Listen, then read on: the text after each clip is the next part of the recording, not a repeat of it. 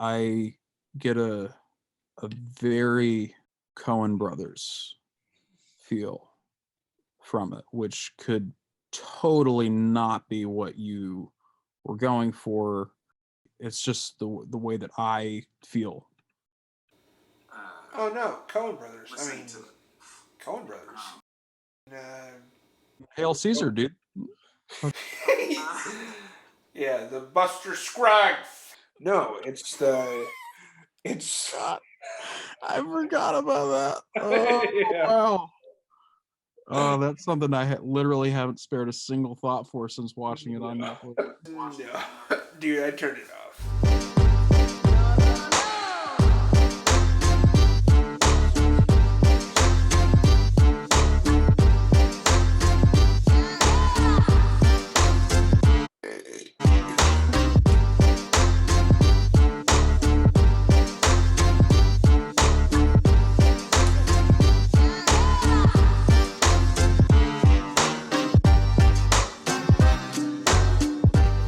So my pitch is for Spielberg to helm this movie.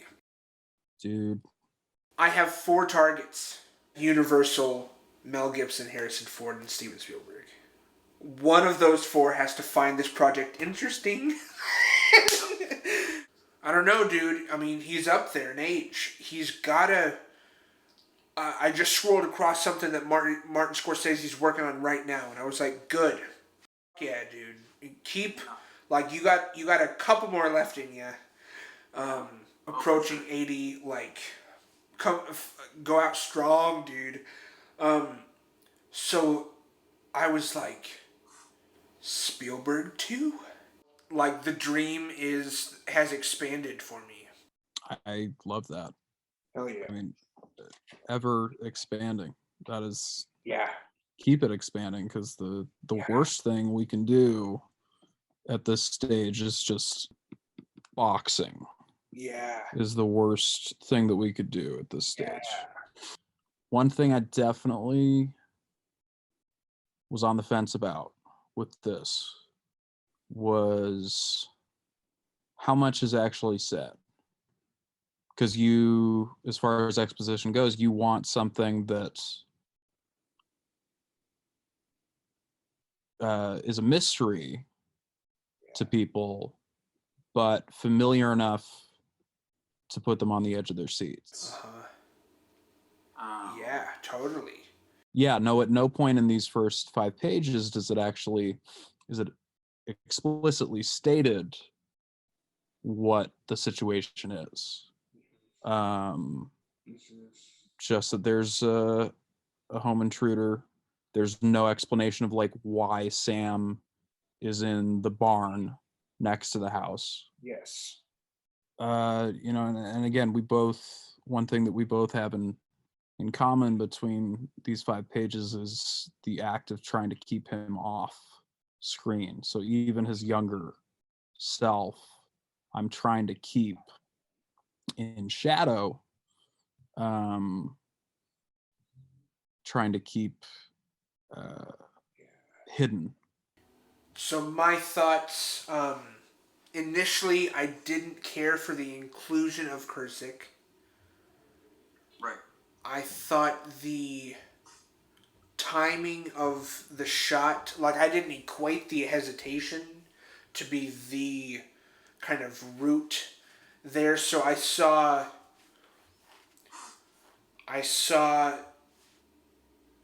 that moment as standard.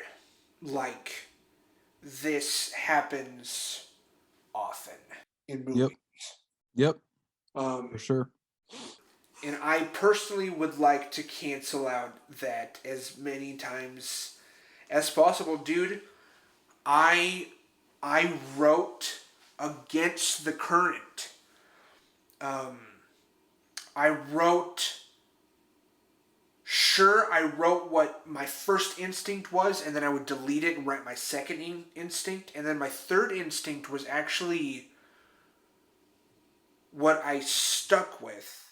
When the cops come to Max Cady at the rest area, I had him initially meeting them with violence, just like blast them away, something like that.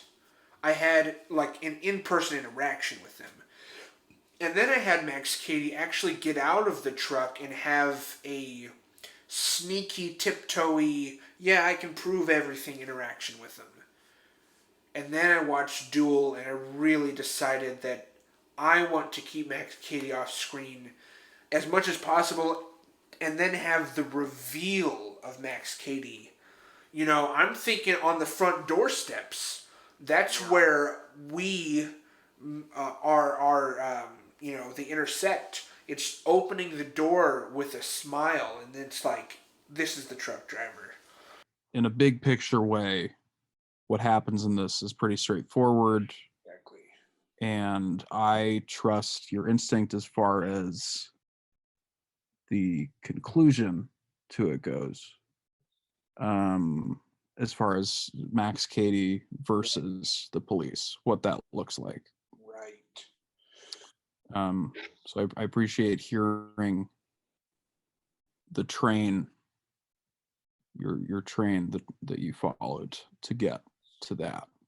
Interesting that you're talking about instincts, and I feel like sometimes we avoid our first instincts and then come back to them in a really roundabout way sometimes. Yeah. It's a fresh perspective, but it's the same thing. So you were describing your first instinct being a violent exchange with him in person, and then your second instinct being a much more subtle exchange, and then third time around it's a violent exchange, but it's a different violent exchange. Yeah. As far as the visuals go, because I can see this, like you said with mine, I see this very clearly, and it's the way that you've constructed it, the way that you've oriented it is to credit for that. Pacing wise feels very intentional to me. Sure. The pacing of this feels very intentional. Nice. And is unique in a good way, that it's a fresh take on this. I love him singing in the shower. Sure. I love everything about that.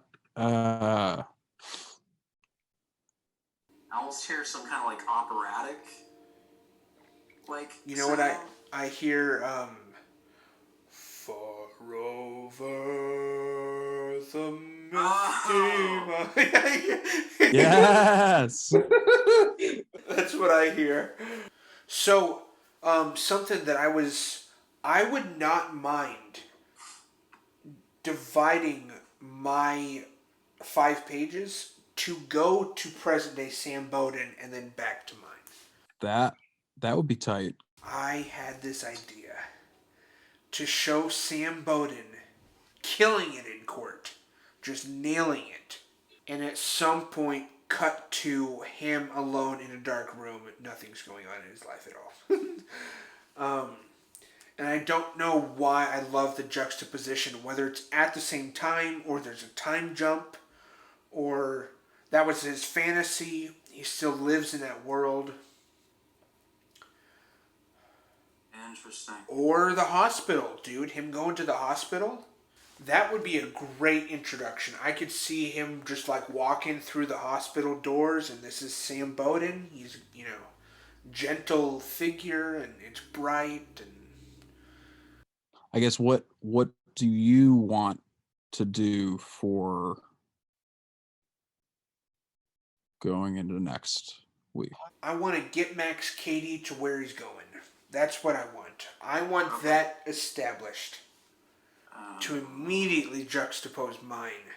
Road raging to like elevator music playing in a hospital lobby. Yes. Yeah. Oh, I'm gonna jot that down too. Juxtaposed. Yeah, this was encouraging to see the effort be matched That's cool. That's always encouraging. It'll never stop me. Yeah, I was voicing that to somebody else today. So Voicing in regards to this? yes, Somebody yeah, else? the script, yeah. Oh, yeah. I mean, I did not pay that close attention to the book. Like, you made me realize last week that I really need to go back through specifically the book. Well, and here's the thing. You don't have to, because I have a ton of notes. I felt I couldn't write unless I was informed. And I'm also trying to write what would legitimately happen. And maybe I'm not even getting that across, right? But that's the intent, is to write. I'm trying so hard personally to stay away from tropes. Anything we've seen before, and what would really happen. And often those two do coincide. It's very often like people don't get angry like that. Like, okay, you had a lot of cuss words. For the situation that Sam is in is absolutely appropriate.